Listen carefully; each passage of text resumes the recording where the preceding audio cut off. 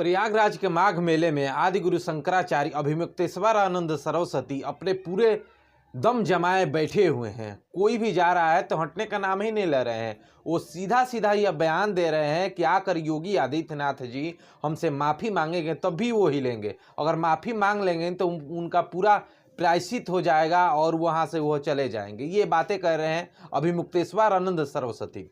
आपको बता दिया जाए कि पिछली बार भी जब महाकुंभ लगा था तब भी टारगेट किए थे अभिमुक्तेश्वरानंद सरस्वती सीधे सीधे योगी आदित्यनाथ को। अब यह अभिमुक्तेश्वरानंद सरस्वती जो शंकराचार्य हैं अब सीधा सीधा बयान योगी आदित्यनाथ पर ये दे रहे हैं कि यह मुस्लिम है। ये तमाम प्रकार की बातें योगी आदित्यनाथ पर कह रहे हैं। आपको बता दिया जाए कि सीधा सीधा इसका प्रॉफिट कांग्रेस को, समाजवादी पार्टी को सीधा सीधा हो रहा है और सीधा सीधा भारतीय जनता पार्टी को इसमें नुकसान हो रहा है। आपको बता दिया जाए कि हाल ही में एक शंकराचार्य जी ने स्नान किया, जो पैदल चलकर उन्होंने स्नान किया और उन्होंने कोई ऐसा ब्लेम नहीं लगाया भारतीय जनता पार्टी पे और ऐसा कोई भी बात नहीं कहा जिसे भारतीय जनता पार्टी का कोई दिक्कत हो। लेकिन ये आदि गुरु शंकराचार्य ने ये ब्लेम लगा रहे हैं, ये बातें कह रहे हैं कि हमें पीटा जा रहा है, हमें मारा जा रहा है। सीधा सीधा भारतीय जनता पार्टी पे ये आरोप लगा रहे हैं शंकराचार्य जी। आपको बता दिया जाए कि योगी आदित्यनाथ से ये माफ़ी मांगने को कह रहे हैं। आपको बता दिया जाए कि खबरें ये भी चलाई जा रही है कि ये शंकराचार्य नकली है, लेकिन आपको मैं अपने तरफ से बात कहना चाहता हूं कि ये पोस्ट देखिए जिसपे आप ये पोस्ट हुआ था कुछ दिन पहले फेसबुक पे, जिसके माध्यम से हम आपको दिखा रहे हैं, जिसमें शंकराचार्य की पूरी डिटेल दिया गया है कि यह शंकराचार्य है। ये तो फाइनल होता है कि शंकराचार्य हैं ये, लेकिन सरकार इस पे नोटिस भी जारी की थी, लेकिन शंकराचार्य ये है। लेकिन हमेशा शंकराचार्य भारतीय जनता पार्टी को अपने निशाने पर लेते हैं और भारतीय जनता पार्टी को हमेशा निशाना लेते हैं।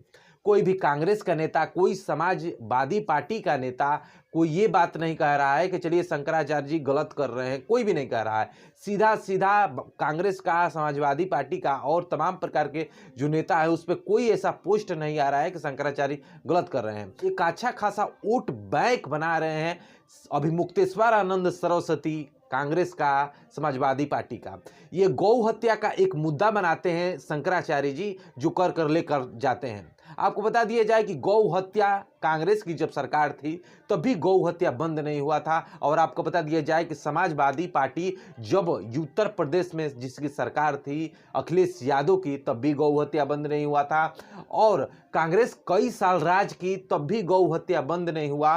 अब भारतीय जनता पार्टी कई सालों से सरकार चला रही है, लेकिन कुछ हद तक गौ में कुछ तो सुधार है, लेकिन इस चीज़ों से भी अभिमुक्तेश्वरानंद सरस्वती संतुष्ट नहीं है। वो संतुष्ट नहीं है, वो बोल रहे हैं गौ हत्या बंद होनी चाहिए।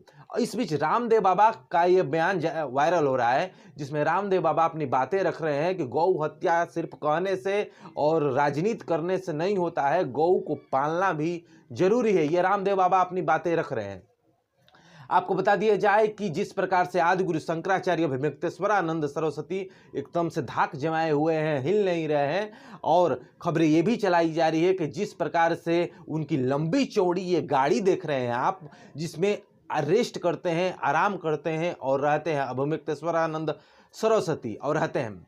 मैटर क्या था? मैटर बस इतना था कि वहाँ से पैदल उतरकर वहाँ से जाना था और स्नान करना था, लेकिन अभिमुक्तेश्वरानंद सरस्वती वहाँ से उतर कर नहीं गए, तभी वहाँ से बवाल हुआ और फिर यह बातें बढ़ गई और शंकराचार्य प्रदर्शन पे बैठ गए और प्रदर्शन पे बढ़े और सीधा सीधा टारगेट भारतीय जनता पार्टी को करने लगे और सीधा सीधा आरोप भारतीय जनता पार्टी के नेताओं पे करने लगे और कांग्रेस को छोड़ दिए, समाजवादी पार्टी के नेताओं को छोड़ दिए। शंकराचार्य सीधा सीधा आरोप लगाने लगे भारतीय जनता पार्टी के नेताओं पे।